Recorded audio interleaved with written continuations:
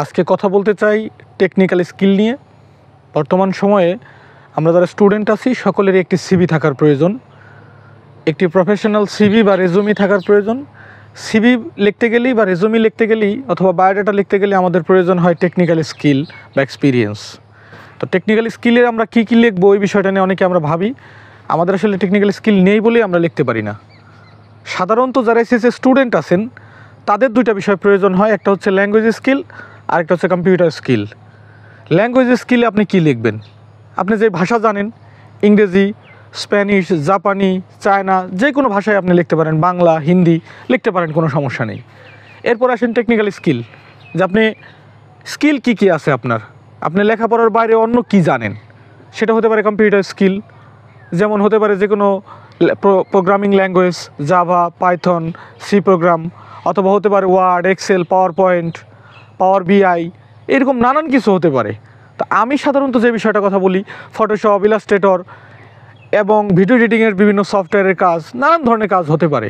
একজন মানুষের পক্ষে এতগুলো কাজ শেখা আসলে সম্ভব নয়। সাধারণত বেসিক 3 থেকে 5টি কাজ আছে যেটা এখন আমাদের সকলেরই জেনে রাখা উচিত।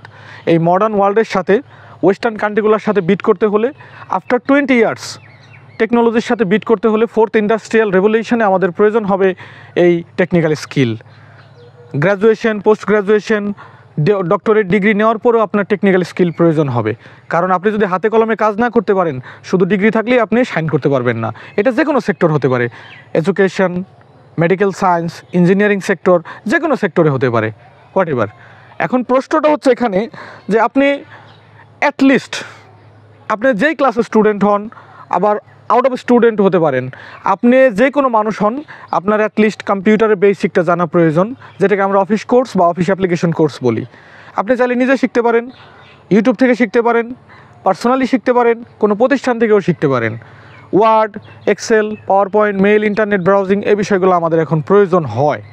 এরপরে যদি আপনার সময় থাকে, আপনি গ্রাফিক্স ডিজাইনটা শিখতে পারেন, অ্যাডভান্স গ্রাফিক্স শিখতে পারেন, ভিডিও এডিটিং শিখতে পারেন, অথবা সফটওয়্যার ডেভেলপমেন্ট শিখতে পারেন, অ্যাপস ডেভেলপমেন্ট শিখতে পারেন।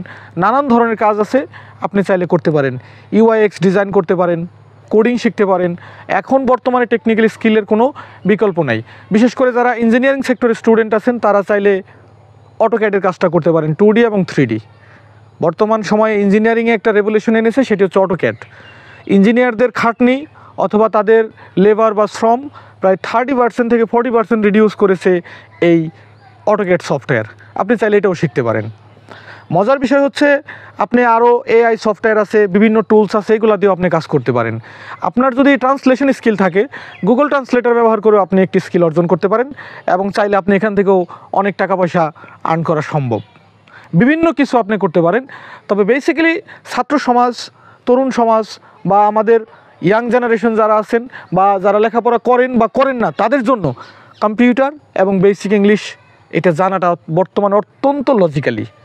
আপনি বিদেশে একটি মিডল ইস্টে একটি কান্ট্রিতে যাবেন, ধরেন আপনি কোনো অফিসিয়াল জবে যাচ্ছেন না, আপনি 3rd বা 4th গ্রেডের কোনো জবে যাচ্ছেন, আপনি আনঅফিসিয়াল জবে যাচ্ছেন, আপনি জাস্ট একজন লেবার হিসেবে যাচ্ছেন, তবুও তারা এখন আপনার ইংলিশের ফ্লুয়েন্সিটা দেখে, ইংলিশের স্কিলটা দেখে, ইংলিশের একটা টেস্ট নিয়ে থাকে।